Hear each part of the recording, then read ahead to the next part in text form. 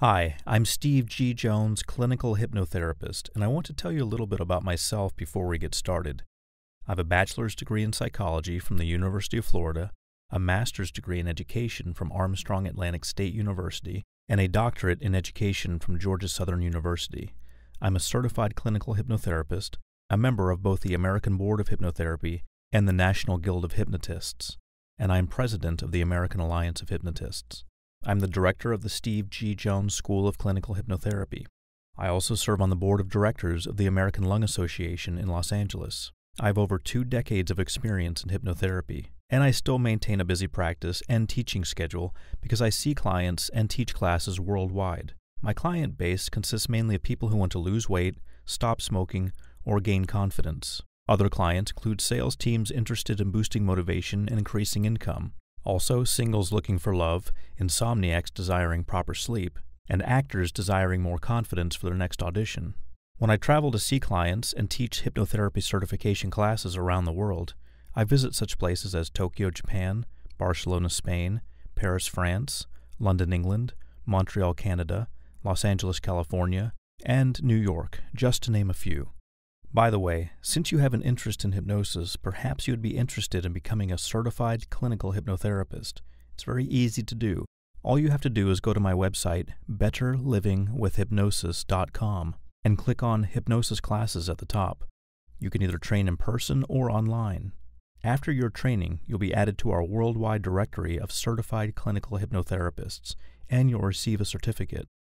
I was fortunate for many years to have my office in Beverly Hills, California, where I worked with such wonderful people as Tom Mankiewicz, the writer of Superman, Geraldine Saunders, the writer of The Love Boat, and many other celebrities. I have been interviewed on CNN, Fox News, and appeared on True TV, in addition to having my own hypnosis TV show. With my over 20 years of experience, I'm happy to share with you techniques that I've both developed and learned, which can help you improve your life. I encourage you to visit my website, betterlivingwithhypnosis.com. There you will find my life's work, 22 books on hypnotherapy, over 3,000 hypnosis recordings available as downloadable MP3s or CDs, and these recordings will program your mind to achieve goals in such areas as weight loss, motivation, and stopping smoking. I also have audiobooks, such as this one, where I'm talking with you and sharing with you in a very dynamic way techniques that you can use to improve your life and the way you do things. The reason I'm telling you all of this is not to impress you, but to impress upon you that I, your teacher, am very capable and I know what I'm talking about. I'm also very happy for the opportunity to share this information with you, so rest assured that you're in good hands, and let's have some fun as we now expand your knowledge. I wish you well in all of your endeavors, and please be sure to visit my website, betterlivingwithhypnosis.com.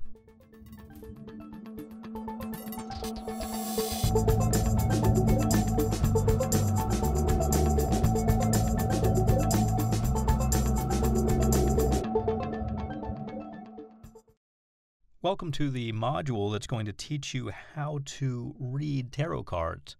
But beyond that, it's going to get you in touch with that intuitive part of yourself. Tarot cards speak to us in symbols, but so does our subconscious mind. The dreams that we have speak to us in symbols.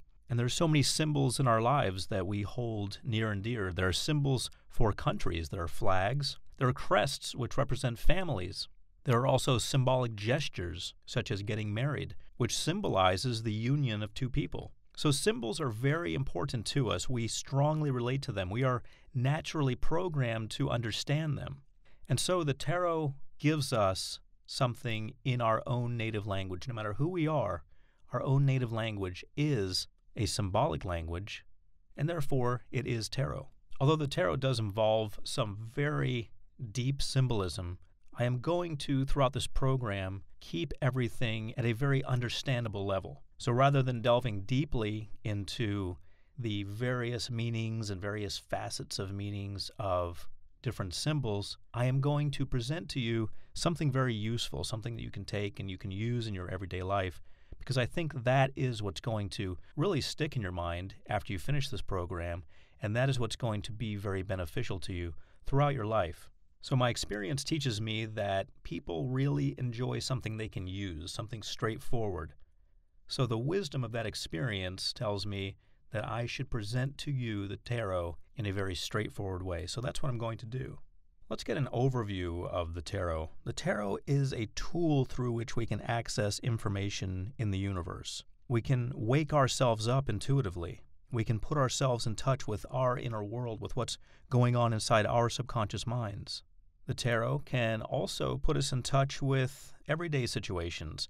If we have questions about what's going on in our lives and what that means for us and how we should proceed, the tarot can be tremendously valuable because it can get information from our souls and our subconscious minds out in front of us where we can view it. Then all we need to do is understand how to read the symbols, and we have a pattern we can follow.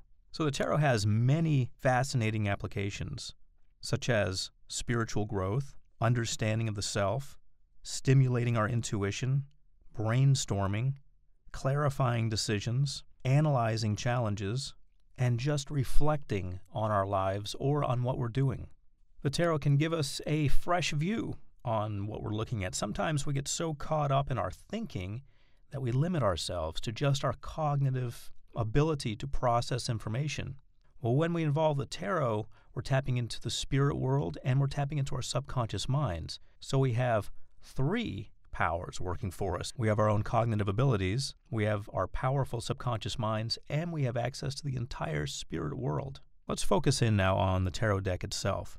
Generally, there are 78 cards, and they're very similar to a modern deck of playing cards. There are three types of cards. There are 22 trumps, there are 40 pips, and there are 16 court cards.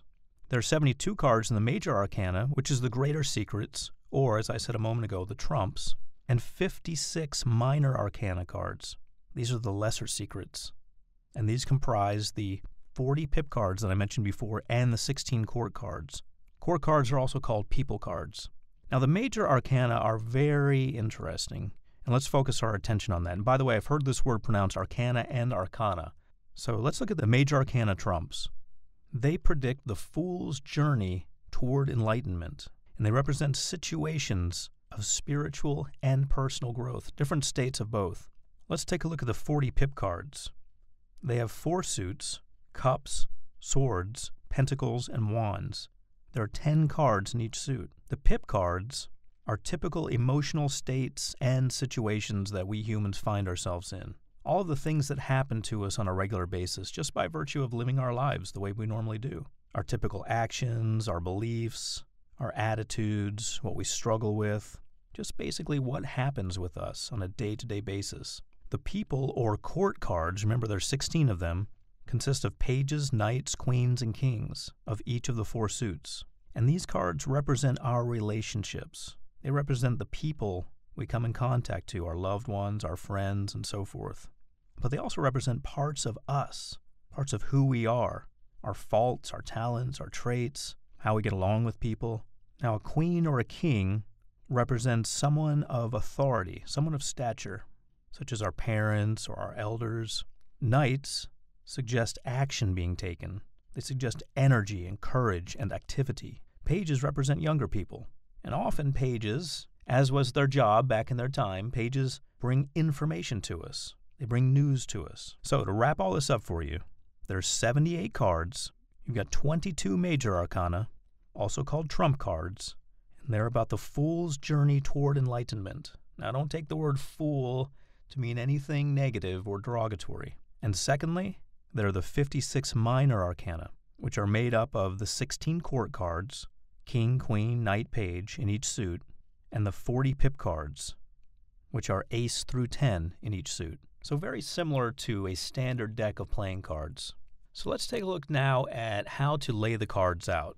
I want you to realize that there's no absolutely correct way to lay the cards out. People who read tarot cards have their own way that they are accustomed to, but it doesn't mean that you have to do it the way they do it. And it doesn't mean that they're wrong for doing it their way versus your way. I'm going to teach you several ways to lay them out, and I want you to pick one that you like. 2 of these spreads, or ways of laying out the cards, that are popular among tarot card readers are the horoscope spread and the Celtic cross spread. Now, Celtic is spelled C-E-L-T-I-C, but pronounced with a K, Celtic. So the idea is that each position means something. So if a card falls in a certain position, that position has a message for you based on what you see on the card. So when you read a card, it's going to depend on a number of things. First of all, where it is in the spread. Second of all, the cards that are around it. Third, the nature of the type of question you're asking.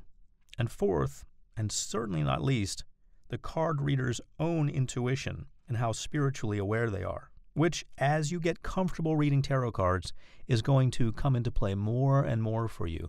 You're going to be able to tune in more deeply to your natural intuition. When you start doing something, you usually do it by rote. You do it exactly the way you're supposed to do it. When you ride a bicycle, both hands on the handlebars, facing straight ahead, and so forth. Why? Well, mostly out of fear. You want to do it the right way, and you want to make sure you stay on the bike. But after you've been riding a bike for a while, maybe you want to experiment. Maybe you take your hands off the handlebars for a little while and just kind of coast. And maybe if you feel uneasy, you can put them back on. Maybe you can get into stunt riding, where you stand up on your seat and do even more fascinating things. But it all starts with the basics. Most people who do something do it the way the book says first, and then they branch out from there after they get comfortable. So that's what I want you to do. Start using your intuition more. As time goes on, rely less on this program and books and more on your intuition. You can even go so far as to create your own spreads as you progress in your understanding of tarot. So eventually you're going to have your own spread or spreads that work for you. Let's talk about picking your tarot deck. Now, if you've already picked one, you can always pick another one. There's so many different tarot decks available, and if you go into a metaphysical bookstore or if you go on a metaphysical website, you're going to find this to be the case.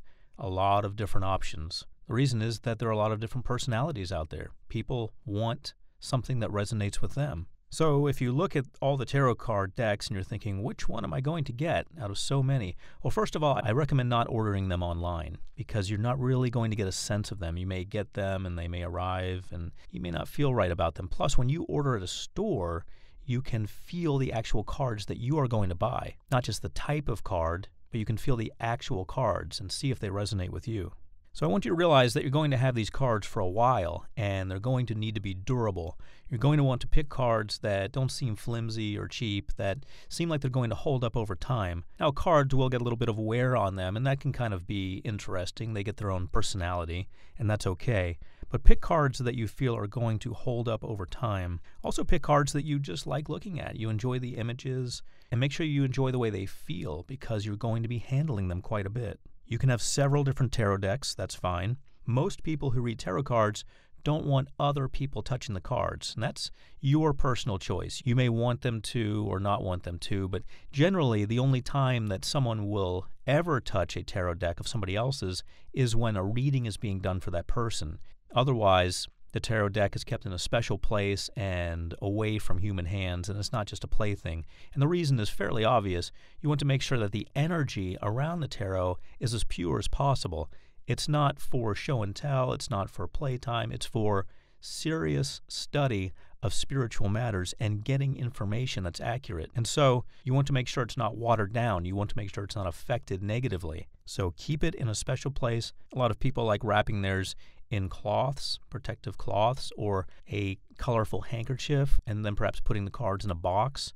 It's up to you. But the tarot deck is not something that you just throw in the junk drawer with your other playing cards. The tarot deck is something that if you want to get accurate, helpful information from it, you need to respect the process. You need to respect the tarot deck and what it represents, and that way you're going to have the most accurate results.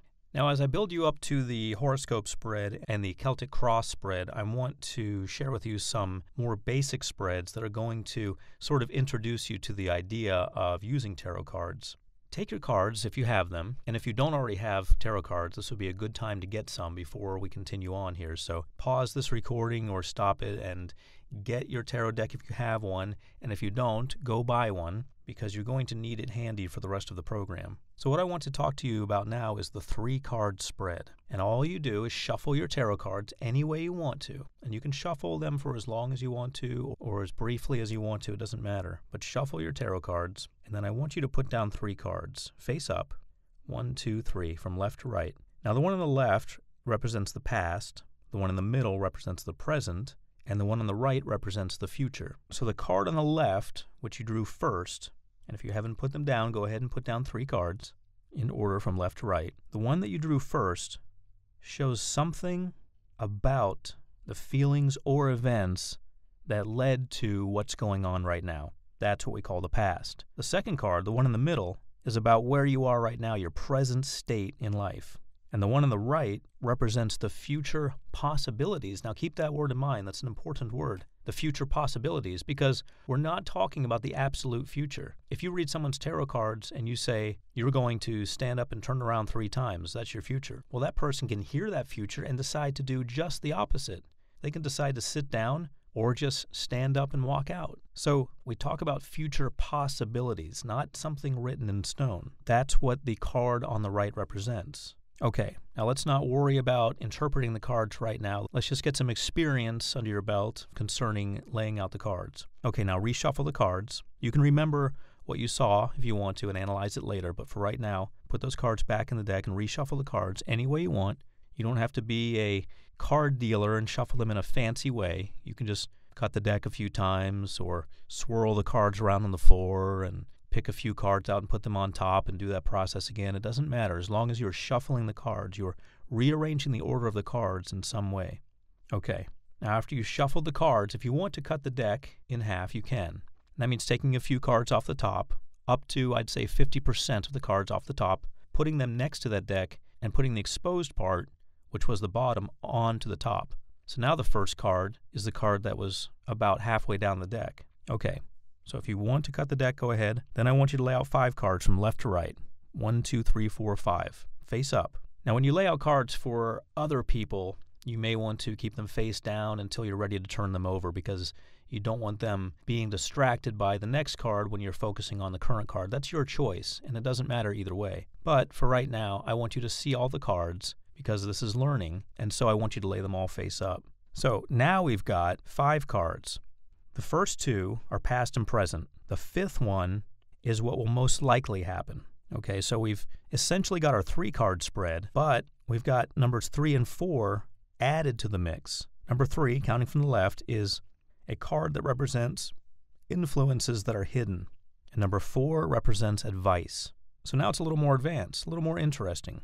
So the first card represents things leading up to the situation, leading up to the present situation. The second card has to do with your current actions, feelings, and thoughts. The third card represents things that you may have overlooked, things that may be influencing the situation that you weren't aware of. Very helpful card. The fourth card is going to give you a practical suggestion about how to move forward, because if you know what's going on and you know what might happen, how helpful is that unless you have some sort of advice coming from the tarot? And that's the power of the tarot, to give you some sort of a suggestion, not just to tell you what's going on and what's going to happen probably, but to advise you. So that's the fourth card's role. And of course the fifth card is what will most likely happen. It's the possibility of the future. According to what the tarot sees, that's where you're headed. And after seeing what might happen, you can choose to make, or the person you're reading for can choose to make different decisions and take different actions. Okay, so this has led us up to the horoscope spread. Reshuffle the cards, and this time you're going to lay out 12 cards in a circle, starting from the left and moving upwards. So if this were a clock that you're looking at on the floor or the table, you're going to start at the 9 o'clock position, that's card number 1, and you're going to go down to the 8 o'clock position, that's card number 2, the 7 o'clock position is card number 3, the 6 o'clock position is card number 4. So you're going counterclockwise, and number 12 card ends at the 10 o'clock position, right next to the number 1 card. And then you lay down one more card, the 13th card, right in the middle. Astrologers really enjoy this spread because the horoscope represents the life of the individual. Now, the final card in the middle, the 13th card, isn't necessary, but many people who read the tarot like to do that because it's what's called an indicator. It sort of sums up everything in the spread. So we refer to these as houses. You have 12 houses, and then you have the card in the middle, the summary of everything. So starting with number 1 in the 9 o'clock position and moving all the way to number 12, number 1 is the first house. This represents the self, or the physical body, your appearance, your health, your sense of identity, your vitality. It could be the start of a business even, because that relates to vitality. The second house represents finances, wealth, income. It also represents resources and possessions, and it represents your values. The third house, and you may want to go back through this again a few times and just write these down, but the third house represents your conscious mind and writing and letters and phone calls, local travel, close relatives, also represents neighbors. Your fourth house represents your inner needs, your emotional security, your foundations, your roots, your real estate, your home, your elders. The fourth house also represents your father. The fifth house represents vacation, fun, creative endeavors, pleasures, romance, games, gambling, hobbies, risks, speculation, and children. The sixth house represents service, sometimes drudgery or tedium, perfection. It also represents pets, your daily routine, your duty, your work, and it can represent illness. Your seventh house represents personal consultants or opponents or lawsuits or contracts, committed relationships, marriage, partners, your spouse or your mate. The eighth house, interestingly enough, represents death and taxes. But also, interestingly enough, sex is thrown into the eighth house as well. So you've got an interesting house there. It also represents personal transformation and deep understanding and occult interests, such as an interest in the tarot. It represents insurance. It represents your legacy. And it represents loans. It can also represent other people's money. So a very interesting house, the eighth house. The ninth house represents long-distance travel or foreign interests, or religion, philosophy, higher education, the law. Your 10th house represents your status, represents society, structure, discipline, your superiors, your ambition, your profession, your career. It also represents your mother. The 11th house represents your friends, also clubs and groups, and social activities, but it also represents hopes and wishes and humanitarian interests, and it represents advice. The 12th house represents secrets, meditation, psychological challenges. When I say challenges, by the way, that's not the word I like to use for problems, because I believe that a challenge is easier to imagine overcoming than a problem, but just understand I'm talking about psychological problems. It also represents hidden matters and confinement and solitude. Now, the signifier card, the middle card, when it's a court card, it usually represents a person. If it's a major arcana or pip card, it might signify a situation. Knights and kings logically represent men, the king being an older man. Queens and pages often represent women, queen being an older woman. Okay, so now you know how to do the 3-card spread. You also know how to do the 5-card spread. Both can be helpful, but you know a more interesting spread also, which is the horoscope spread. All right, let's take a little break now. I want to make sure that you're with me, that you're paying attention and that you're learning something. So what I want you to do right now is, if you're driving and you can pull over, go ahead and do that. If you're not driving, then you can definitely do this. You can take out a piece of paper and you can write down 5 things that you've learned so far from what I've said. 5 things that resonated with you. Now, I want you to keep in mind, they don't even have to be 5 things that I said. Maybe you got some good ideas from what I said. Maybe I said something and your brain took it and blew it up 1,000,000 times and came up with all kinds of wonderful, amazing possibilities based on what I said.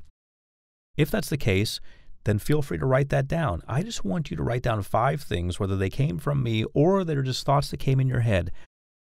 5 things that have come to you so far, either from me saying them or from you thinking them, as a result of listening to this program so far. So as I'm silent, I'm going to give you ample time now. I want you to write down 5 things, 5 thoughts that you have as a result of listening to this program so far. Do this now.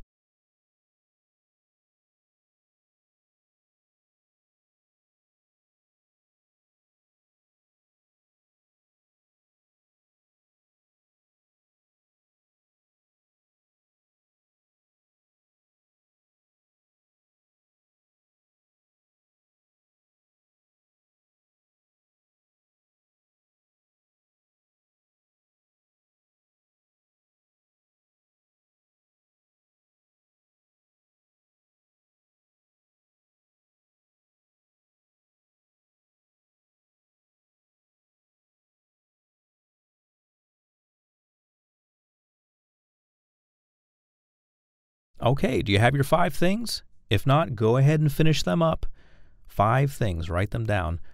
So I'm going to move forward now. Let's take those 5 things that you have written down, and I want you to elaborate on them. For example, if you have an insight number 1, that's I should change blank about myself, whatever it may be, I want you to elaborate on that. Whatever you've written down for point number 1, something that's come to you during listening to this program, I want you to elaborate on that now as I'm silent.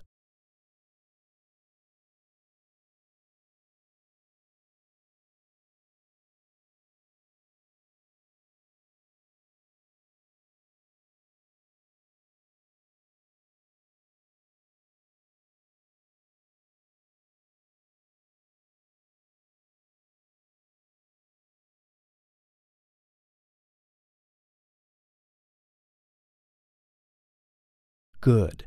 And now I want you to take point number 2 and elaborate on that. What was the second point that you wrote down, and how can you enhance this idea? I want you to make it real for yourself, because I want you to have, after you finish this program, something you can use. So on point number 2, elaborate on it. Consider what you wrote down as point number 2, the foundation. Now build a house on it. Go ahead and write down something now as I'm silent.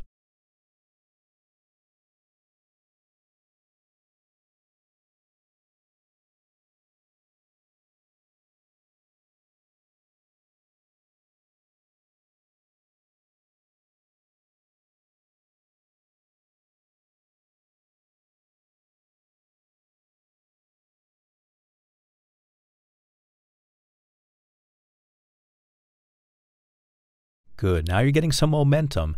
Now for point 3. Point number 3 that you wrote down, something that came to you as you listened to this program, I want you to elaborate on point number 3 as I'm silent.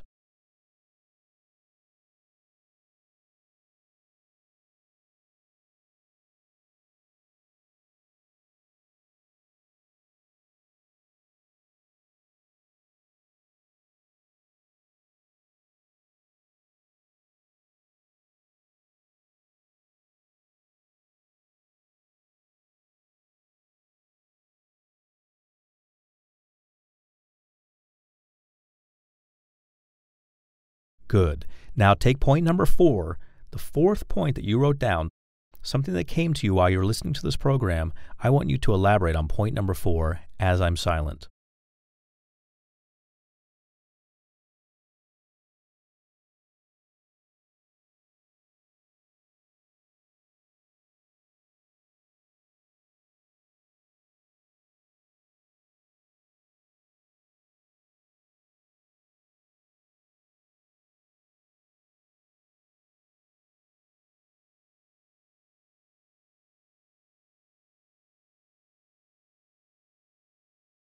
Great.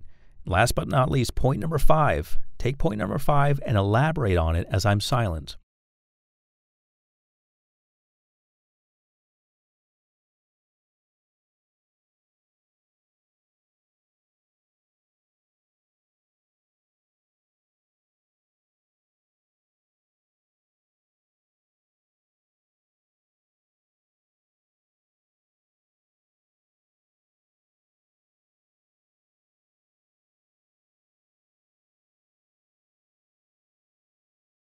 Good. So now you have something that you can take with you after this program. You have those 5 points that you elaborated on, and you can use them after this program's over. So let's continue on with the information now.